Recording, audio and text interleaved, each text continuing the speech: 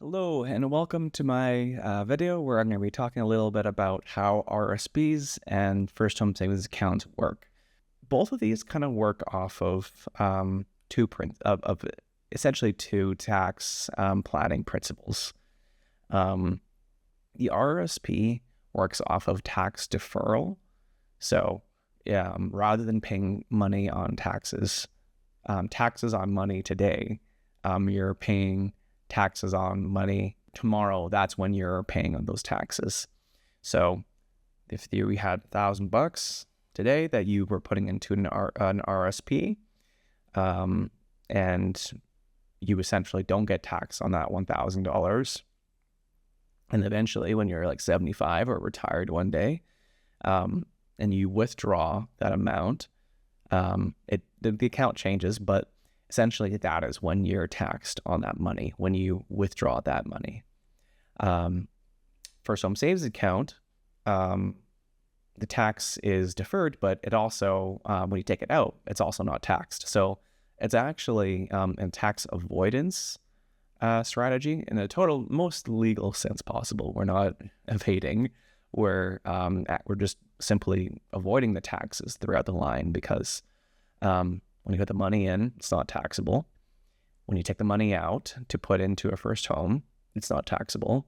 And actually, when you sell your first house, that's not taxable either. So it's pretty much, it's free money right there. So, but when it comes down to the actual cash flow side of it, how does it work with, I got my paycheck, let's just say, and I put money into an RSP or a first home savings account, but they've already taxed me. So how does that cash flow actually work? And that's kind of really what I want to explain to you on just how that works from the flow from the beginning to the end. And I'll just explain that with this example here of if you were to get money in a year without a first home savings account or RSP, and then with. So I'll just make a little line right here, and then so let's just say in a given year, and I'm just going to be using kind of simple numbers for all of this. Let's just say that without an RRSP or TF for some savings account, you earn $100,000 in a given year. Okay, you just be taxed. I'm just going to say at a rate of 30%. Probably be different, but I'm using simple numbers.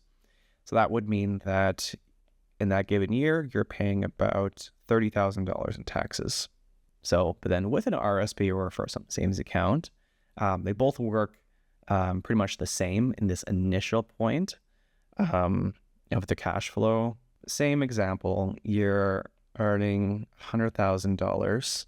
What happens though is that let's just say that you're going to be putting $10,000 into either an RRSP or first home savings account. Again, they'll both kind of work the same at this point of the at this point in time. So what happens is you're reducing the taxable income in a given year. So you're minusing this amount so that 90,000 becomes your new taxable income, in which that 30% is coming off of the 90,000 rather than the 100,000. So then that means you're being taxed $27,000 in a given year. So between these two examples, that's about $3,000 of tax savings in a given year. And that's actually the great thing about these accounts, is that in a way, if you're younger and you're wanting to have a bit more cash flow and you're wanting to have essentially more money freed up in a given year, you put money in these accounts, you're saving towards your goals, but then essentially money that was taken by taxes is actually freed up back for you, for your, savings goals or for your long-term goals. So that $3,000 that you're paying less in taxes in the given year. How does that work? How then the cash flow works at this point is that like that $3,000 is reconciled during tax season. So again, what happens here is, you get around to doing your taxes, and what you say is that, you've had 30% taken off of your taxes, 30% of, $100,000 taken off of your paycheck. But then what you say in your taxes is that, hey, I actually put off of my 100 grand.